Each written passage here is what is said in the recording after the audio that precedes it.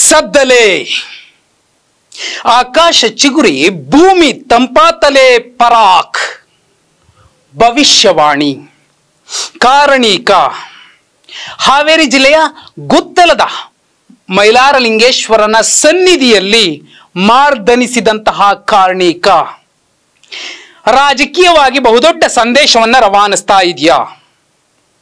ಯಾಕಂದ್ರೆ ಗೊರವೆಯ ಆನಂದ ಅವರು ಬಿಲ್ಲೇರಿ ಆಕಾಶ ಚಿಗುರಿ ಭೂಮಿ ತಂಪಾತಲೆ ಪರಾಕ್ ಅಂದು ಕೂಡ್ಲೆ ಈ ಸಲ ಮಳೆ ಬೆಳೆ ಚೆನ್ನಾಗಾಗುತ್ತೆ ಅನ್ನುವಂತಹ ಒಂದು ಸಂದೇಶದ ಜೊತೆಯಲ್ಲೇ ಮತ್ತೂ ಒಂದು ಸಂದೇಶ ರವಾನೆ ಆಗಿದೆ.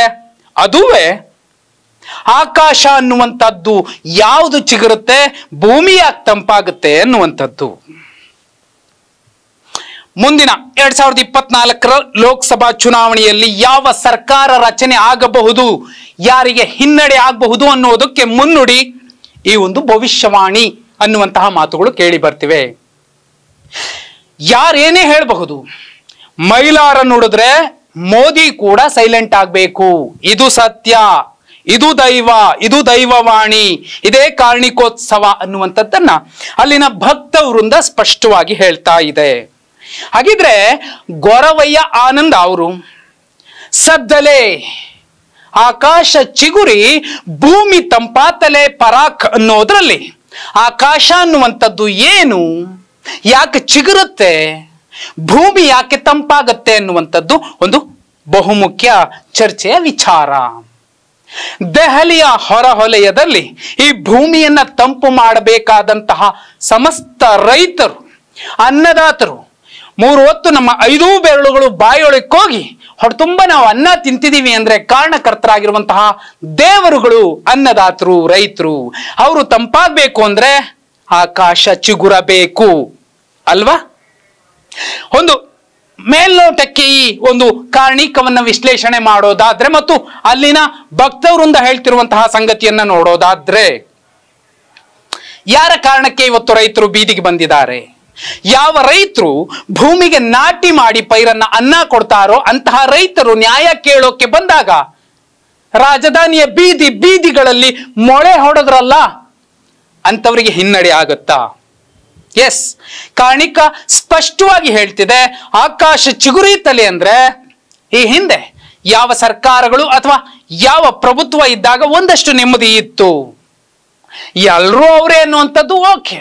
ಆದ್ರೆ ಯಾರಿದ್ದಾಗ ಸ್ವಲ್ಪ ಪರವಾಗಿಲ್ಲ, ಇನ್ ಯಾರಿದ್ದಾಗ ಸ್ವಲ್ಪ ತೊಂದರೆ ಆಗ್ತಿದೆ, ತತ್ತರಿಸ್ತಿದ್ದಾರೆ ರೈತರು ಅನ್ನುವಂಥದ್ದು ಮುಖ್ಯ ಆಗುತ್ತೆ. ಆ ಕಾರಣಕ್ಕೋಸ್ಕರನೇ ಆ ಆಕಾಶ ಚಿಗುರಿತಲೆ ಭೂಮಿ ತಂಪಾತಲೆ ಅನ್ನುವಂತಹ ಒಂದು ಕಾರಣಿಕೋತ್ಸವದ ವಿಶ್ಲೇಷಣೆಯ ಒಂದು ಮೂಲ ಅಂಶವನ್ನು ನೋಡಿದ್ರೆ ಈ ಸಲ ಪ್ರಧಾನಿ ನರೇಂದ್ರ ಮೋದಿ ಅವರಿಗೆ ಹಿನ್ನಡೆ ಆಗತ್ತೆ ಅಥವಾ ಮೋದಿಯೇತರ ಪಕ್ಷ ಚಿಗುರುತ್ತೆ ಅನ್ನುವಂತಹ ಒಂದು ಸಂದೇಶ ನೀಡ್ತಿದೆ. ಕೆಟ್ಟ ಆರ್ಥಿಕ ನೀತಿಗಳಿಂದಾಗಿ ಅರ್ಥವ್ಯವಸ್ಥೆ ಹಾಳಾಗಿದೆ, ಕೇಂದ್ರ ಮತ್ತು ರಾಜ್ಯಗಳ ನಡುವಿನ ಸಂಬಂಧ ಹಾಳಾಗಿದೆ. ತೆರಿಗೆ ಪಾಲಿನ ವಿಚಾರದ್ದು ಕರ್ನಾಟಕದ ಎಕ್ಸಾಂಪಲ್ ತಗೊಳ್ಳೋಣ. ಇದಿಷ್ಟೇನಾ? ಕಪ್ಪು ಹಣವನ್ನ ತಂದು ಬಿಡ್ತೀವಿ, ಕೊಟ್ಬಿಡ್ತೀವಿ ಅನ್ನುವಂತಹ ಮಾತು ಒಂದು ಕಡೆ.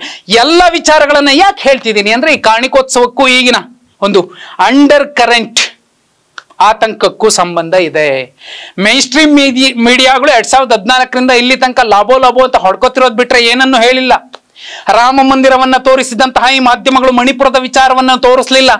ಅಲ್ಲೂ ಕೂಡ ಈ ಭಾರತದ ಹೆಣ್ಣು ಮಕ್ಕಳ ಮೇಲೆ ಅನಾಚಾರ, ಅತ್ಯಾಚಾರ, ನರಮೇಧಗಳು ನಡೆದು ಅದನ್ನ ತೋರಿಸಲಿಲ್ಲ ಮಾಧ್ಯಮಗಳು. ಮೋದಿಯ ಭಜನೆಯನ್ನಷ್ಟೇ ಮಾಡಿದ್ದವು. ಈಗಲೂ ಕೂಡ ಹೇಳ್ತಿದ್ದೀನಿ, ಈ ಕಾರಣಿಕ ಕೂಡ ಸ್ಪಷ್ಟವಾಗಿ ಹೇಳ್ತಿದೆ ಮೋದಿಗೆ ಹಿನ್ನಡೆ ಆಗಬಹುದು ಅನ್ನುವಂಥದ್ದು. ಅಷ್ಟೇ ಅಲ್ಲ, ಮೋದಿಯೇತರ ಪಕ್ಷ ಅಥವಾ ಮೋದಿಯೇತರ ಒಂದು ನಾಯಕತ್ವ ಚಿಗುರುತ್ತೆ ಅನ್ನುವಂತಹ ಸ್ಪಷ್ಟ ಸಂದೇಶ. ಇದರ ಜೊತೆಯಲ್ಲಿ ಭೂಮಿ ತಂಪಾತಲೆ ಪರಾಕ್ ಅನ್ನೋ ಮೂಲಕ ಸಮಸ್ತ ದೇಶದ 80 ಕೋಟಿ ರೈತಾಪಿ ಕುಟುಂಬಗಳು ಮತ್ತು ರೈತರು ಅವರ ಹೊಟ್ಟೆ ತಣ್ಣಗಾಗತ್ತೆ, ನಮಗೆ ಅನ್ನ ಹಾಕಿದಂತಹ ರೈತರ ಹೊಟ್ಟೆ ತಣ್ಣಗಾಗುತ್ತೆ ಅನ್ನುವಂಥದ್ದು ಕಾರಣಿಕ ಮತ್ತು ಅದರ ವಿಶ್ಲೇಷಣೆ. ನಿಮ್ ಪ್ರಕಾರ ಆನಂದ ಗೊರವಯ್ಯ ಆನಂದ ಅವರ ಸದ್ದಲೆ ಆಕಾಶ ಚಿಗುರಿತಲೆ ಭೂಮಿ ತಂಪಾತಲೆ ಅನ್ನುವಂಥದ್ದನ್ನ ಯಾವ ರೀತಿ ವಿಶ್ಲೇಷಿಸ್ತೀರಿ?